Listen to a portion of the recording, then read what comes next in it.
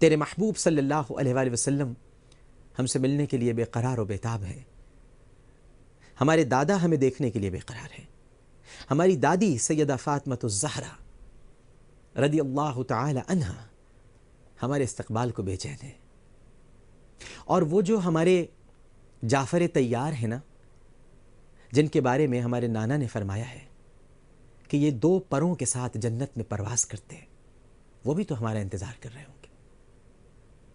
یہ پورا خاندان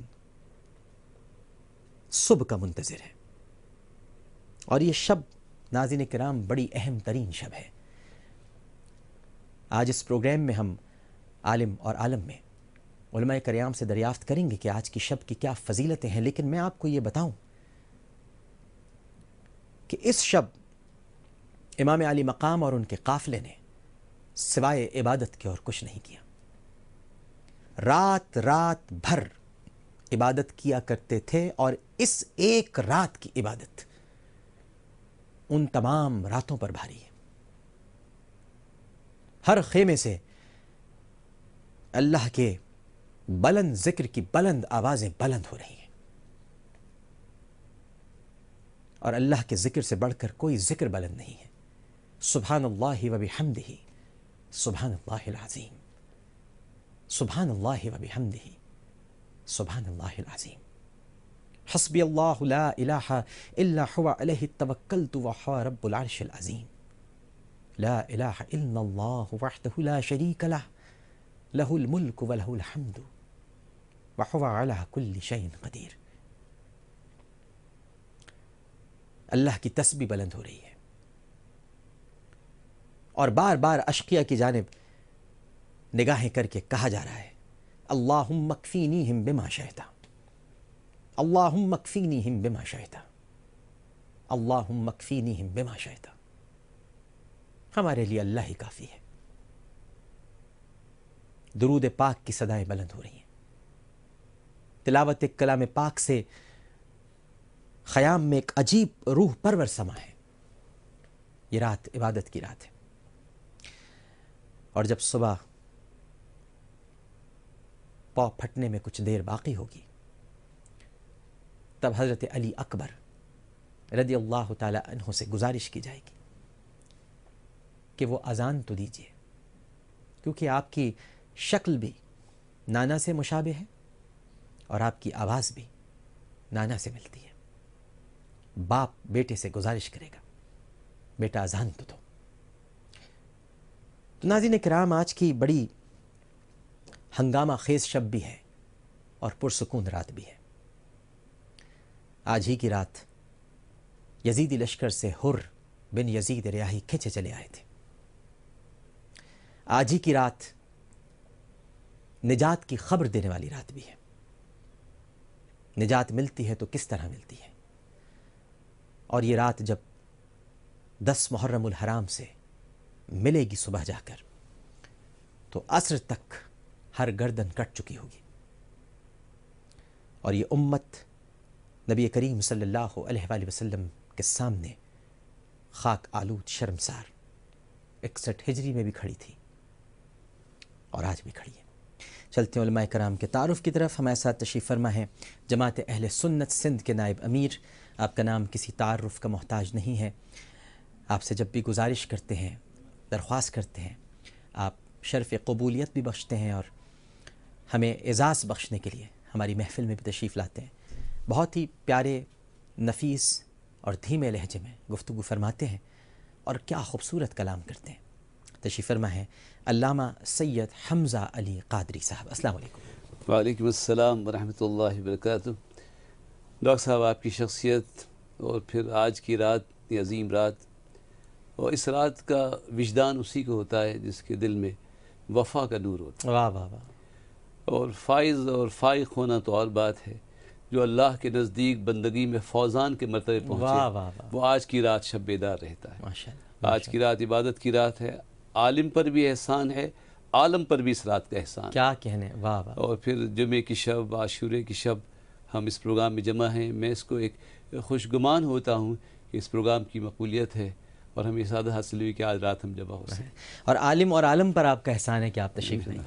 اور ان کے ساتھ ہی تشریف فرما ہے ہمارے بہت ہی قابل احترام خطیب شاہ کربلا، سربراہ مجلس علماء امامیہ پاکستان. بہت دنوں کے بعد تشریف لائے ہیں. آپ کو جب زحمت دیتے ہیں آپ بھی ہماری دعوت کو قبول فرماتے ہیں. اور آج کے دن کی مناسبت سے علامہ صاحب کی موجودگی بھی بہت ضروری. علامہ محمد علی عابد قمبری صاحب، السلام علیکم. علیکم السلام. طبیعت ٹھیک ہے آپ کی؟ پروگرام کے فارمیٹ کے مطابق چلتے ہیں بلا کسی توقف اپنی پہلی کال کی طرف اور سنتے ہیں، سمجھتے ہیں اور جانتے ہیں کہ شب عاشور کے اس پروگرام عالم اور عالم میں پہلا سوال ہم سے کیا کیا جا رہا ہے. السلام علیکم. وعلیکم السلام. کون صاحب بات کریں؟ اسد عابدی بات کر رہا ہوں سر. جی اسد صاحب، اگر آپ اپنے ٹیلی ویژن سیٹ کی والیوم بند کر دیں. جی عامر صاحب ہو گئی. جی اب فرمائیے. عامر بھائی ماشاء اللہ آپ کا پروگرام بہت اچھا چل رہا ہے. عالم اور عالم، اس سے بھی تو معلومات میں اضافہ ہو رہا ہے ہماری اسلامی حوالے سے. جی یہ واقعی ایک بہت قابل خیر ہے. اور میں ایک سوال کرنا چاہوں گا تاریخ کے حوالے سے. فرمائیے. جی عامر بھائی، کربلا کا نام جو ہے میں اپنے علماء سے پوچھوں گا دونوں سے. جی کربلا، مقام کربلا کا نام جو ہے وہ واقعہ کربلا سے پہلے کیا تھا؟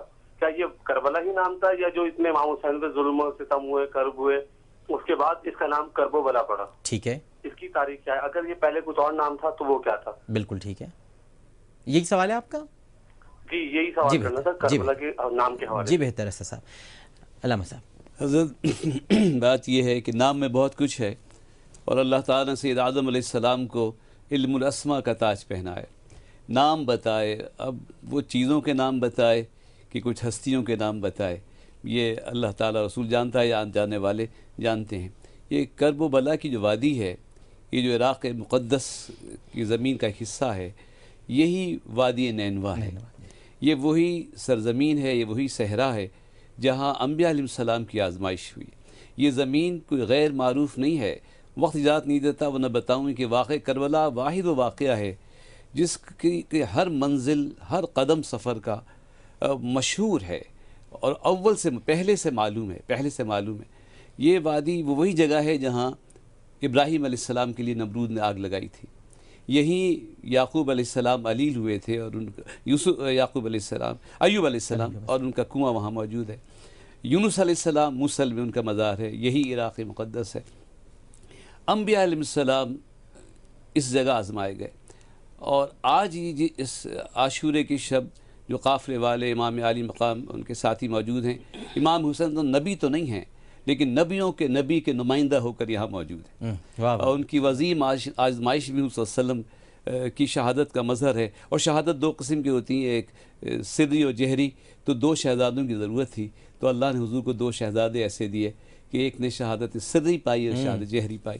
یہ وہ زمین ہے جس کے لیے مولا علی تعالیٰ جب ایک دفعہ گزرے تھے تو آپ نے فرمایا تھا یہ وہ زمین کربلا ہے جہاں میرا بچہ شہید کیا جائے گا، یہاں اس کے خیمے لگائے جائیں گے، یہاں اس کی سواریاں اتریں گی. ساری تفصیلات مشہور روایت ہے یہ. جی بڑی مشہور. اور یہ دیکھیے ہر واقعہ. اور دوسری میں تو یہ بات کہوں کہ یہ کیا واقعات بیان کرنے چاہیے؟ کیا لڑائی کو اس طرح بیان کرنا چاہیے؟ تو یہ تو سنت الہی ہے. اللہ تعالیٰ نے کیا بدر کا ذکر نہیں کیا؟ کیا احد کا ذکر نہیں کیا؟ کیا غزوہ احزاب کا ذکر نہیں کیا؟ تو اگر یہ واقعہ کربلا کا نزول قرآن کے وقت ہو جاتا تو آپ قرآن کی صورت میں پاتے اور تلاوت کرتے ہوتے. لیکن حضور صلی اللہ علیہ وسلم نے اس واقعات کی پیشن گوئیاں فرمائی، بشارت بھی دی، شہادت کی تسلی و تشفی بھی دی. اور امام حسین رضی اللہ تعالیٰ عنہ کو ہمیشہ صبر کی تلقین فرمائی. سورہ زمر کی آیت ہے کہ الارض الواسعہ، زمین بڑی وسیع ہے، ہم اسے لیتے ہیں تجارت کے لیے، آؤ جاؤ. امام حسین تو 7 سال کے تھے ڈاکٹر صاحب، تو حضور نے اس آیت کی روشنی میں سمجھایا کہ دیکھو بیٹا، اللہ کی زمین بہت بڑی ہے، کہیں ظلم ہو تو سفر کر لینا، اور پھر وہاں بھی ظلم ہو تو صبر کرنا، کہ صبر کرنے والوں کے لیے ترازو نہیں رکھی جائے گی. صبر کرنے والے جب اٹھیں گے تو رحمت کی بارش ہوگی ان کی.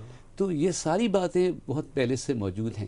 ہاں یہ ضرور ہے کہ اسلام نے دکھ اور سکھ کے آداب بتائے ہیں. جس طرح ان حضرات نے جس طرح امام حسین نے اپنے والد کی شہادت کو دیکھا. امام حسین اپنے نانا کی میت حسین نے دیکھی، والدہ کی رحلت حسین نے دیکھی، باپ کی شہادت حسین نے دیکھی، اپنے بھائی کی شہادت حسین نے دیکھی. کون سا رشتہ ہے، بیٹے بھائی بھانجے. لیکن پھر کربلا میں سب کی دیکھی، تو لیکن بچوں کی دیکھی، بھائی کی دیکھی. اور پھر جو خود بات آپ پڑھ رہے ہیں، سنا رہے ہیں، تو اس کا جو انداز ہے ہمیں وہی اختیار کرنا چاہیے.